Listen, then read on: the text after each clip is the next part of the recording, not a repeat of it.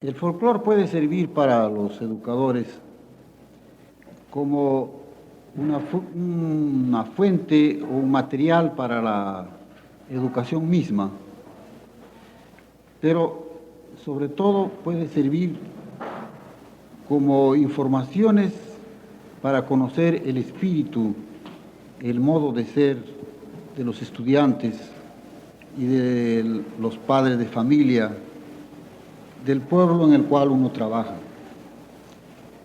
Un maestro no puede formar a sus niños, no puede ponerse en comunicación íntima, sencilla, cariñosa con los niños, si no conoce lo más aproximadamente posible cómo es su espíritu. Ustedes saben perfectamente cómo el modo de ser de los niños de Lima, por ejemplo, es completamente distinto del modo de ser de los niños de una aldea andina. Y cómo los niños de una aldea andina son también muy distintos de los niños de un puerto, por ejemplo, o de una población muy criolla. Porque las costumbres de los pueblos de la sierra son muy distintos que las costumbres de los pueblos de la costa.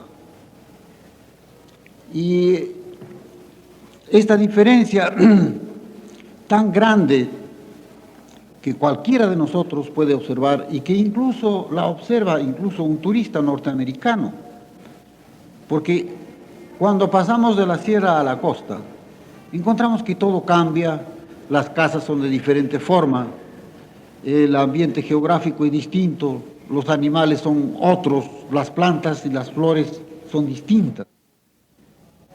El mundo todo que nos rodea es diferente. Se habla quechua mucho en la sierra, en la costa no se habla quechua. En la costa hay una gran cantidad de elementos para la comodidad, para un gran dominio de la técnica, una gran influencia de la sabiduría y de la civilización occidental, europea o norteamericana. En cambio, en la sierra hay una mayor influencia de las creencias y de las costumbres. Bueno, entonces, esta diferencia de creencias crea o forma al mismo tiempo una diferencia de modo de ser en la persona. Es el conocimiento del modo de ser de la persona para el educador es quizá lo más importante. Porque yo he sido profesor durante muchos años, y en la sierra y en la costa. Debo confesarles que cuando me nombraron profesor de gramática o de castellano, hacia 1939, yo fui a pedir, en primer lugar, claro, un programa del curso que debía dictar. Y me encontré con la sorpresa de que yo no conocía casi nada del programa. Me había olvidado por completo de la gramática. Sin embargo, yo tenía ya cierto prestigio como escritor. Y el hecho de que no conociera yo la gramática y sin embargo fuera un escritor de cierto prestigio, me estaba demostrando, por un lado, que el conocimiento exclusivo de la gramática no es lo más importante para aprender a escribir y a expresarse. Bueno, entonces, el conocimiento mismo de la materia que uno va a enseñar es muy importante. En segundo lugar, es importantísimo conocer el modo de ser de las personas a quienes les vamos a enseñar. Y en tercer lugar, cómo hay que enseñar. Desgraciadamente, y ustedes me perdonarán esta frase, quizá entre ustedes hay muchos normalistas, en los centros de formación de maestros se da una importancia excesiva a los métodos y mucho menos importancia a estos dos factores que son quizá más importantes. El conocimiento de las materias que se deben enseñar y sobre todas las cosas, de qué modo puede uno acercarse al espíritu de los niños para ganar su confianza y su amistad, su cariño, sin el cual no es posible ninguna forma de educación y mucho menos de instrucción. El folclore nos puede servir de manera quizás mejor que ninguna otra fuente, ningún otro instrumento de conocimiento del ser humano para llegar a la intimidad de los niños y de los padres de familia y del pueblo, en el cual el maestro debe ser un educador, un modelo para toda la conducta de grandes y chicos. Yo les voy a contar una sencilla historia que les va a ustedes a dar una idea bien clara de lo importante que es el folclore y de cómo a veces juzgamos equivocadamente la capacidad, la calidad de los pueblos andinos, por ejemplo. Probablemente todos ustedes han oído hablar de la Hacienda Vicos. La Hacienda Vicos está en Ancash, en la provincia de Carhuaz. Fue una hacienda como la mayor parte de las haciendas de las regiones muy atrasadas de la sierra del país. Haciendas con colonos, es decir, con indios que pertenecen a las haciendas y para las cuales trabajan casi gratuitamente. A cambio del trabajo gratuito, la hacienda les da un trozo de terreno donde ellos pueden sembrar productos alimenticios, crear un poco de ganado, de gallinas, en fin. Y a cambio de esa tierra que les permite una subsistencia bastante miserable a los peones, ellos trabajan para el hacendado determinado número de días gratuitamente. En unas zonas este sistema de trabajo es mucho más cruel y riguroso que en otros. En el Cusco, por ejemplo, y aún en Vicos, hasta hace unos 30 años, el dueño de la hacienda podía mandar 40 indios, por ejemplo, 50 indios, a trabajar en una hacienda que estaba a 5 o 6 días de distancia del lugar donde vivían los indios, y trabajar gratuitamente. Los pongos, por ejemplo, o sea, los indios que tenían que hacer el trabajo doméstico en la casa del patrón, tenían que viajar a veces 5 y 6 días para ir a la casa del patrón en la ciudad y servirles allí día y noche gratuitamente y estar constantemente bajo las órdenes no solamente del patrón, sino de toda la familia del patrón. Bueno, Vicos era una hacienda de esta clase, una hacienda en la cual los indios pertenecían a la hacienda y cuando se vendía la hacienda se vendía con indios y todo, como se vendía con caballos y con gallinas y con plantas.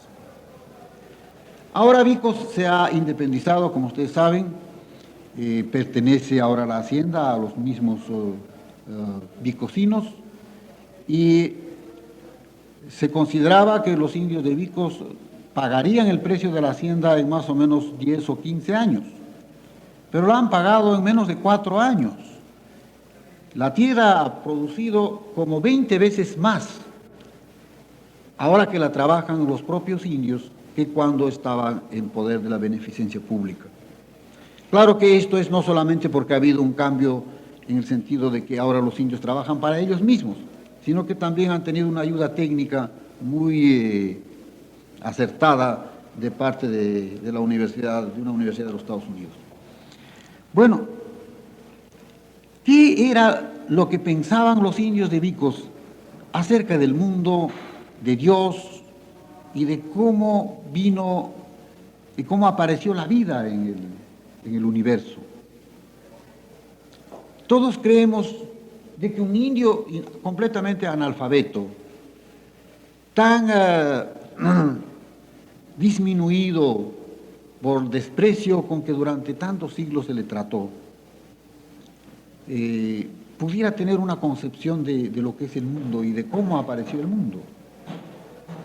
Sin embargo, un estudiante de la Universidad de San Marcos ha hecho un descubrimiento que es muy entretenido y que tiene mucha importancia y que se los voy a contar para que a través de un ejemplo muy concreto se den ustedes cuenta de lo importante que es el folclore como un modo de conocer la inteligencia, la sensibilidad, las preferencias, lo que en un pueblo se considera como bueno, lo que se considera como malo, lo que se considera como moral, lo que se considera como inmoral.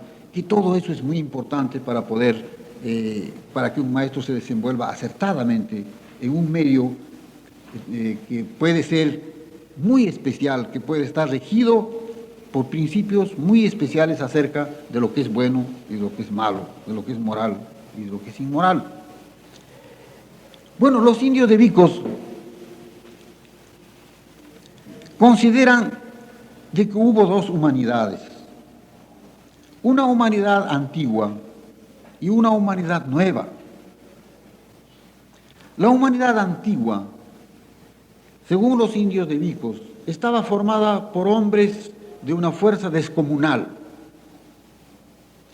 Tan fuertes eran estos hombres que hacían caminar las piedras con azotes y podrían levantar grandes bloques de piedra y modelarlos por la fuerza de sus puños a la forma que a ellos les pareciera necesario.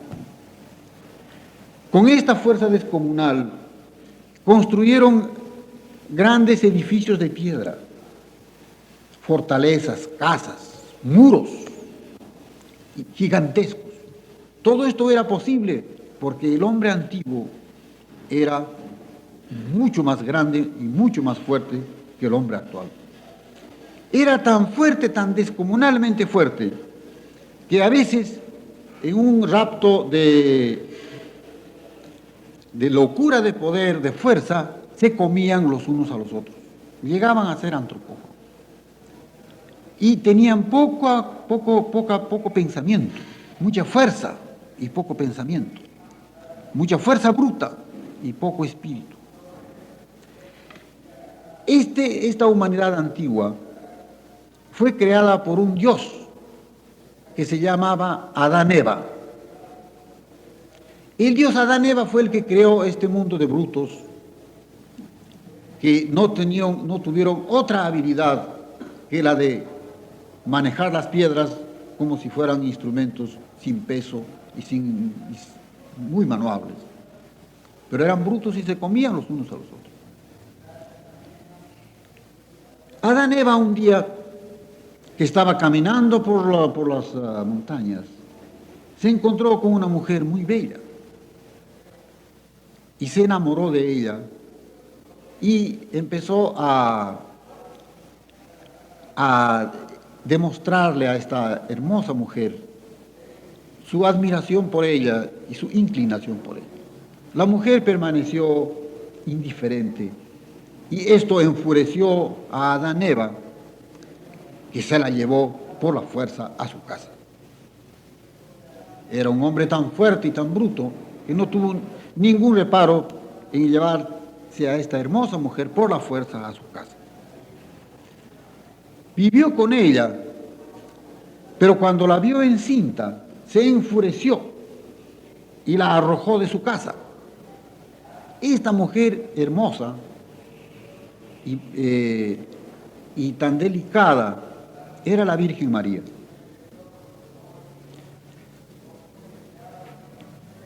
Entre esta unión de la Virgen María con el dios Adán-Eva nació Tete Mañuco. Tete en el quechua de Ancash quiere decir padre. Y Mañuco es Manuel, que también es uno de los nombres de Jesús. Entonces Tete Manuel es evidentemente nuestro Señor Jesucristo. Tete Mañuco, cuando llegó a tener uso de razón, descubrió, quedó muy desencantado de su padre y sobre todo de la humanidad que su padre había formado, que era una humanidad bruta de antropófagos. Entonces hizo caer una lluvia de fuego y destruyó a esta humanidad que había creado el dios Adán Eva, y naturalmente Adán Eva murió también en la lluvia de fuego. Una vez que el mundo estuvo quemado, entonces Tete Mañuco creó otras plantas, otros animales, mucho más mansos, mucho menos fuertes que los que existían antes y cuya domesticación, cuyo dominio requería de una fuerza tan descomunal como la de esta humanidad antigua. Creó al hombre actual que tiene poca fuerza, pero mucho pensamiento. Esta humanidad ha hecho todas las grandes cosas que se ven ahora con nuestros ojos.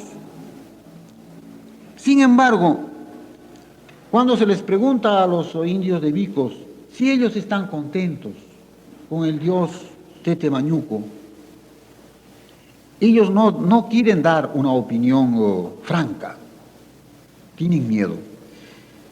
Dicen, Señor, lo único que lamentamos es que este Dios no va a morir, porque está constantemente joven. Y está constantemente joven porque todos los años muere un día viernes y resucita un día sábado.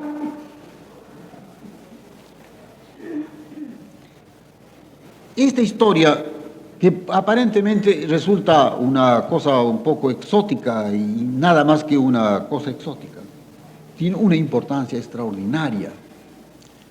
¿De dónde ha salido este dios Adán Eva? Por supuesto de la prédica, de los misioneros. Los misioneros predicaron en quechua, en todas partes del Perú, tratando de inculcar a los indios la religión católica y los fundamentos cosmogónicos, en fin, de la religión católica. Cómo apareció el mundo según la religión católica, quién hizo al hombre, quién fue la Virgen María, quién fue Adán Eva, quién fue Jesucristo. Pero ellos acomodan toda la religión, todas estas prédicas religiosas, no las entienden bien, según la lógica del catolicismo occidental. Entonces lo elaboran a su modo para explicar a su modo la realidad social en la cual viven. Finalmente se les pregunta a los indios de Vicos, ¿quién creó el cielo? Y dicen, no lo sabemos. Pero dije que si Tete Mañuco destruyó a esta humanidad antigua que era tan bruta, y hizo al hombre con más pensamiento y con menos fuerza, también con él debe haber comenzado el cielo y el infierno. Entonces, los informantes y los indios de Vicos dicen, bueno, señor, esas son cosas que nosotros no hemos alcanzado a descubrir. Lo que sí sabemos es que hay un cielo. No, lo que sabemos es que hay otra vida. Ni cielo ni infierno, es otra vida. Y en esa otra vida, la otra vida es exactamente igual que esta. Todo es igual que este mundo. La única diferencia que existe es que los que fueron indios en este mundo, en el otro son señores. Y los que fueron señores en este mundo, en el otro mundo son indios. Entonces, sobre la base de la prédica católica, los indios han creado toda una concepción de la existencia del mundo y del más allá, según sus propias necesidades en cuanto a cómo un hombre sin fe no puede sobrellevar este mundo. ¿Cómo se predicó tanto contra el imperio incaico, contra el mundo anterior al catolicismo, al cual se le llama mundo gentil, mundo de gentes que no conocían a Dios y que eran brutos y que eran idólatras? Entonces, evidentemente, el indio actual de Vicos identifica a ese mundo antiguo como un mundo de brutos que no, lo único que hacían era construir grandes monumentos de piedra. Pero ese hombre, ¿por quién fue hecho? Por un Dios de origen católico, Adán-Eva. Luego viene un periodo en que el hombre es redimido de su fuerza bruta y redimido de su pecado de querer alimentarse de sangre humana. Viene el hombre con pensamiento. Pero para el indio de Vicos, aparentemente, no significa ninguna felicidad. No le ofrece ninguna compensación este mundo hecho por Tete Mañuco. Es un mundo injusto. Es un mundo cruel. Pero ¿cómo poder sobrevivir en este mundo cruel y en este mundo injusto? Pensando de una reparación. Y esa reparación se va a hacer en el otro mundo, en el cual los que aquí son indios, humillados, explotados, despreciados, esos van a ser los humilladores, los despreciadores y los dominadores en el otro mundo. Y los que aquí fueron déspotas, en el otro mundo serán los humillados, los castigados, los sirvientes. El hecho de que, con los elementos de la religión católica,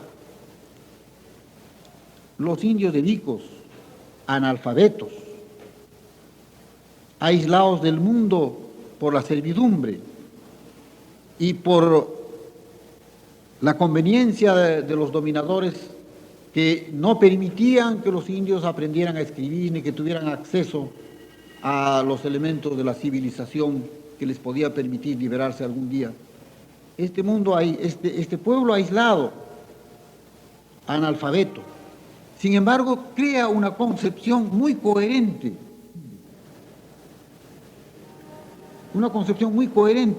de cómo apareció el hombre actual. Y para explicar quién hizo las grandes obras que existen, las ruinas prehispánicas, crea una humanidad diferente a la nuestra. Que esta gente, así analfabeta como es, así aislada, así humillada, tiene una capacidad extraordinaria para poder hacerse una imagen de este mundo, de su origen y de su destino. Es necesario por eso que los maestros, en cada sitio donde estén, se informen de todas estas creencias, porque estas creencias les van a dar una idea aproximada de lo que cada individuo de la comunidad en la cual trabaja, de lo que cada individuo cree que es este mundo, de cómo fue creado, para qué fue creado y a dónde va a terminar por fin. Es muy probable que ocurra en Vicos lo que ha ocurrido en Puquio con otro Dios, que después se den cuenta de que todas esas creencias, una vez que van a la escuela, realmente aprenden la ciencia y la sabiduría moderna, descubran de que toda esa concepción que ellos se han hecho del origen del hombre es falsa. ¿Qué va a pasar entonces? Que se van a convertir probablemente en gentes con un escepticismo religioso muy agudo. ¿Qué es lo que ha pasado con los indios de Puquio?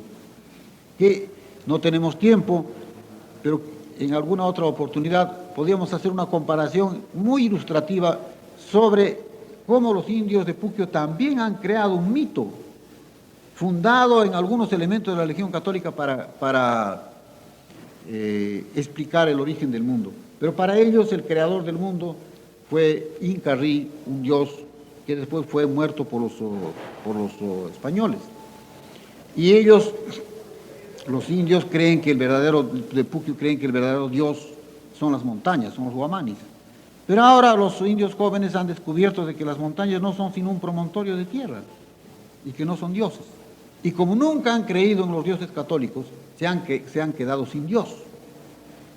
Y la consecuencia inmediata del escepticismo religioso es la de encontrar una nueva fe, un nuevo impulso espiritual que los siga animando para ir adelante. En Puquio, esa nueva fe es la de que el indio debe tomar el poder político en su comunidad, que siempre fue manejada por señores o por mestizos. Y entonces la fe religiosa ha sido sustituida por una fe de tipo político que los guía hacia la conquista de los derechos, de la igualdad de los derechos sociales. Bueno, entonces, mis últimas palabras es para recomendarles que cuando estén en una comunidad así muy original, porque no solamente en la sierra, sino en la costa también hay leyendas que explican el origen de las cosas. Y estas leyendas les van a dar a ustedes una idea muy cabal de lo que piensa cada individuo de la comunidad acerca de lo que es el hombre, de cuál es el origen del hombre, a dónde va, quién es Dios, cómo es Dios, por qué es Dios.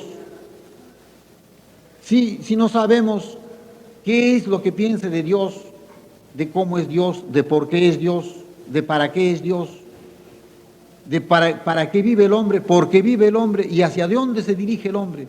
Si no sabemos lo que el pueblo piensa acerca de estos problemas, ¿cómo podemos educar? La educación no consiste solamente en dar instrucción en una forma bastante rutinaria. Hay que darla siempre de acuerdo con los incentivos característicos, espirituales, que en cada comunidad mueven al hombre. En cada comunidad a veces Dios es concebido de una manera distinta que en otra comunidad.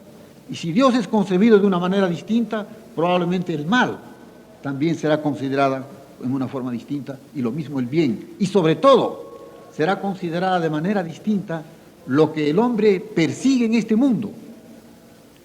¿Para qué vive? Porque es decir que el maestro debe tratar de descubrir la fe que hace posible que el ser humano viva, el impulso que lo anima a seguir adelante. Porque sin un impulso, sin una fe, el hombre es cero. El hombre cuando pierde la fe, o la fe política o la fe religiosa, se convierte por lo general en un amargado, en un destructor de la sociedad. Porque como no tiene fe, entonces está descarriado, no cree en nada y se convierte en un disociador. Los únicos disociadores son los que carecen de fe. Entonces, la manera de descubrir cuál es la fe, cuáles son los impulsos que en un pueblo alientan a vivir, alientan a progresar, a permanecer en este mundo, eso hay que descubrirlo.